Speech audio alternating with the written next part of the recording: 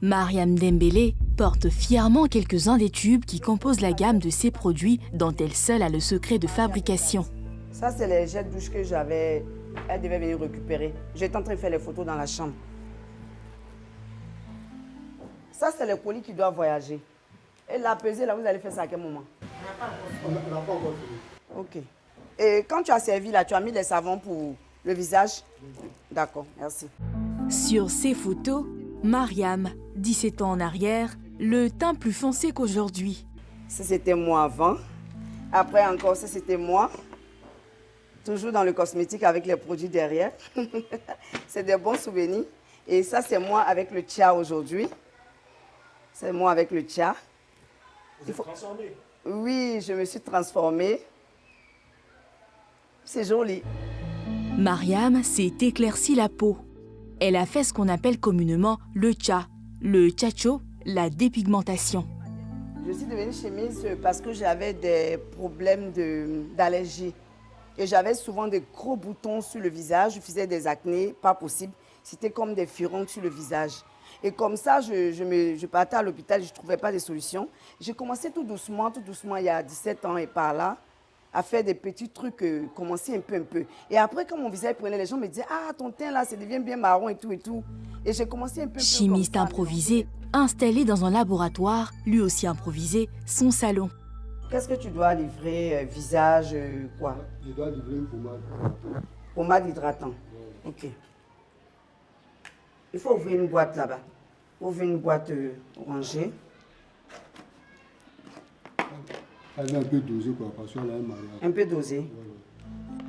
Pour ses clientes, elle crée de curieuses compositions qui ne répondent à aucune norme scientifique.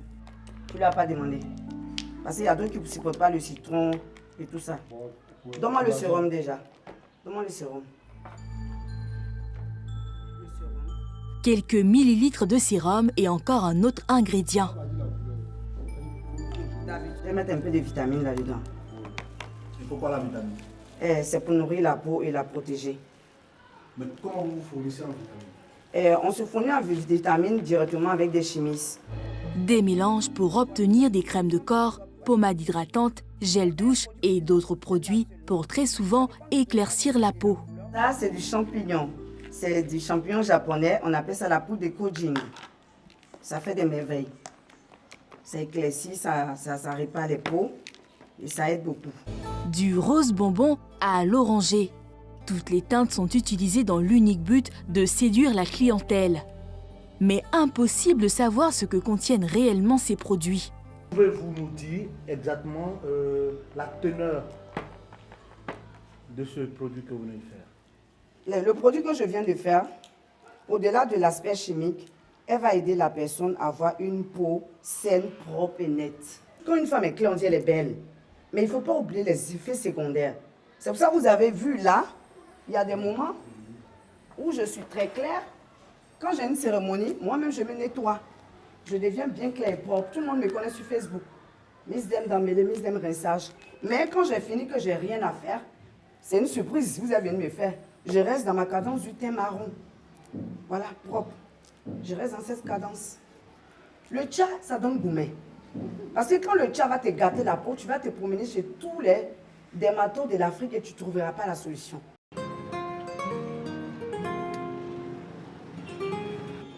La tendance est autant claire. Une étude menée au CHU de Treichville à Abidjan révèle que 80% des Ivoiriennes étaient convaincues que les femmes de teint clair étaient plus attirantes et plus belles. Pour en avoir le cœur net sur ces chiffres étonnants, nous avons interrogé à notre tour quelques femmes. Les produits cosmétiques sont là pour nous. Ça sort de jour en jour. Quand ça sort, on se brûle. Il n'y a pas de femmes noires au marché. On se brûle, c'est quoi? On se brûle, ça veut dire qu'on se tcha. Le tcha, là, c'est là. C'est le tcha qui fait la beauté. Si tu ne tcha pas, tu fais ta beauté comment? C'est le tcha qui fait la beauté. Avec ces produits cosmétiques d'aujourd'hui, ça détruit toutes les cellules qui sont dans nos corps. Et lorsque tu es malade, par exemple, au niveau des opérations par-ci, par-là, les gens ont des problèmes pour pouvoir coudre les trucs. Donc, je préfère garder mon teint. Même si tu es noir, que tu ne prends même pas de produit, si la maladie veut venir, ça va venir. Voilà. Et quand je fais, c'est sans regret. Le thé avant tout, quand le thé est propre, là, même si ta beauté Un sebabia, ça passe. Dieu m'a donné un teint marron. C'est ça que j'aime. J'aime pas même encore produit. Je n'aime pas.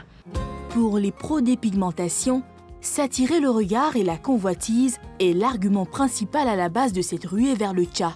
Quand tu as vu que tu es clair, ça fait c'est joli, c'est beau à voir. Et quand tu fais petits cheveux, quand tu es un peu clair, au bout de faire même cheveux comme ça te va bien. Les hommes adorent les femmes claires, mais de préférence naturelle. Voilà, naturelle.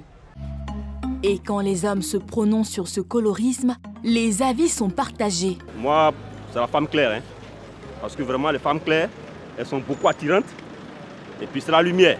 La femme noire, elle est quand même dans son originalité. Voilà. Et la femme qui se dépigmente est juste pour attirer. Donc, c'est son côté artificiel qu'elle met en évidence. Certaines femmes, elles se dépigmentent, mais quand tu passes, tu vois, il y a certaines choses, l'odeur, tu vois, non? Donc là, ça dépend de la femme, vous faites. Ça dépend de la femme. Il y a certaines femmes, elles se croient, elles sont noires et puis elles se sentent belles, malgré qu'elles sont noires. Tout de même curieux, le succès de ces produits éclaircissants, pourtant interdits en Côte d'Ivoire depuis 2015. Il y a ce produit aussi qui marche très bien aussi. Les hommes utilisent comme les enfants, tout le monde peut utiliser et tout ça. Et il y a ce produit aussi qui est là, qui marche aussi. Nous sommes au marché de Treichville. Ici, tout le monde vend ou fabrique ses produits éclaircissants.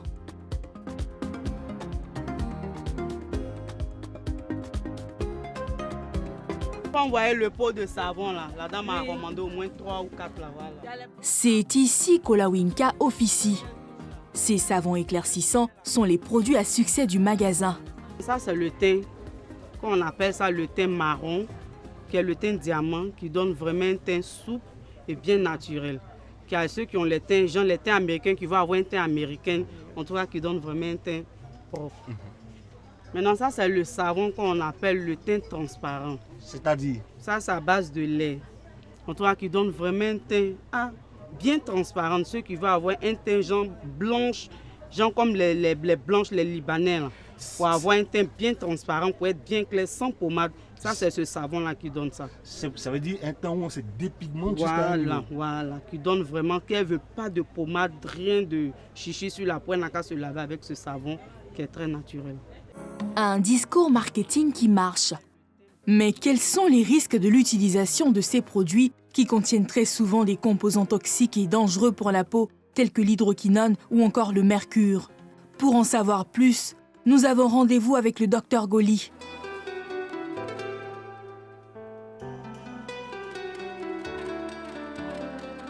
On pense que notre couleur de peau noire est une pathologie pour nous. On ne l'accepte pas.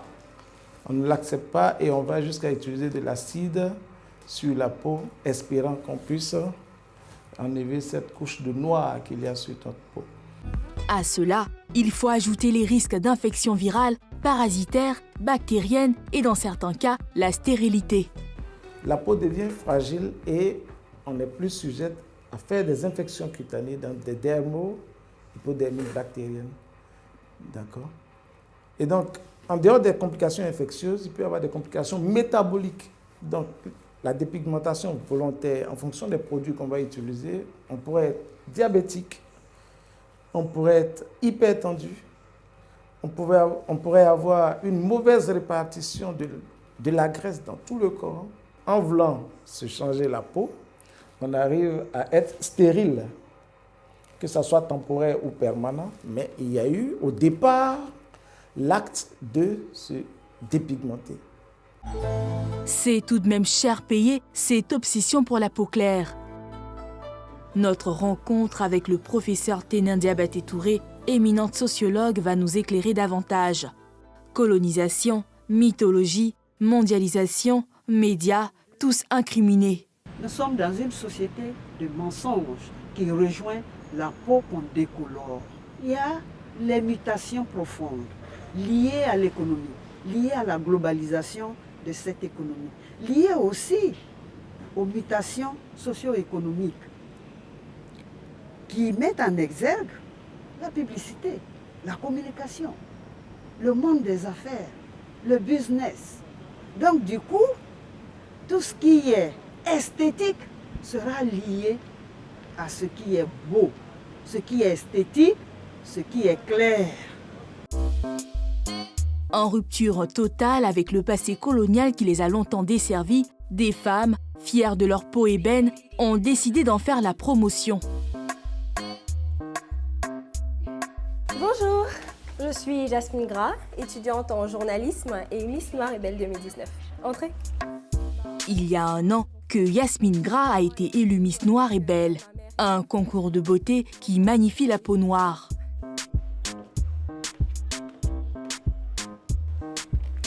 Hey. Ouais, toi. C'est en compagnie de son frère jumeau que la jeune dame partage avec nous le moteur de sa participation à ce concours. Ça vient de mon ami. Donc, il vient me voir parce que c'est mon voisin de classe, un très très bon ami à moi.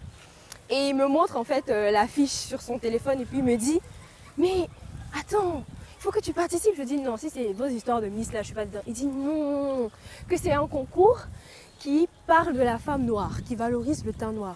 Je dis « Bon, pourquoi pas ». Yasmine était loin de s'imaginer que ce qui faisait l'objet de railleries à l'école primaire allait la consacrer reine de beauté. J'étais tellement noire, mais tellement noire, que mes amis pour... C'est ça, mes amis... La lumière, comment dire, on la voit plus. En classe, c'est dit qu'on éteint la lumière et puis on dit « Jasmine, monte tes dents parce qu'on ne te voit plus ». Oh, et toute la classe se moquait de moi. Je me souviens, oh là là, c'était le truc. Ou bien quelquefois qu'on sort avec nos camarades, parce qu'en ce temps-là, on aimait bien se promener. Il y a des gens qui disent « Non, celle-là, elle est trop noire. Moi, ils n'aiment pas les filles qui sont trop noires et tout. » Donc forcément, quand j'étais petite, c'est vrai que c'était assez difficile. Aujourd'hui, Miss Noire et Belle Yasmine assume sans complexe son rôle d'ambassadrice du teint noir. Et selon elle, cela passe par les médias. On a des femmes noires qui sont déjà acteurs de médias, c'est-à-dire qu'on voit beaucoup. Donc c'est à elles déjà de faire le premier pas. C'est-à-dire d'aller dans le maximum, de s'investir dans le maximum de choses, de se montrer, de montrer qu'elles sont pas ci, elles sont par là, pour que les autres femmes noires puissent se dire bah, celle-là, elle est sur telle chaîne, ou celle-là, elle fait telle chose, donc moi aussi, je peux le faire.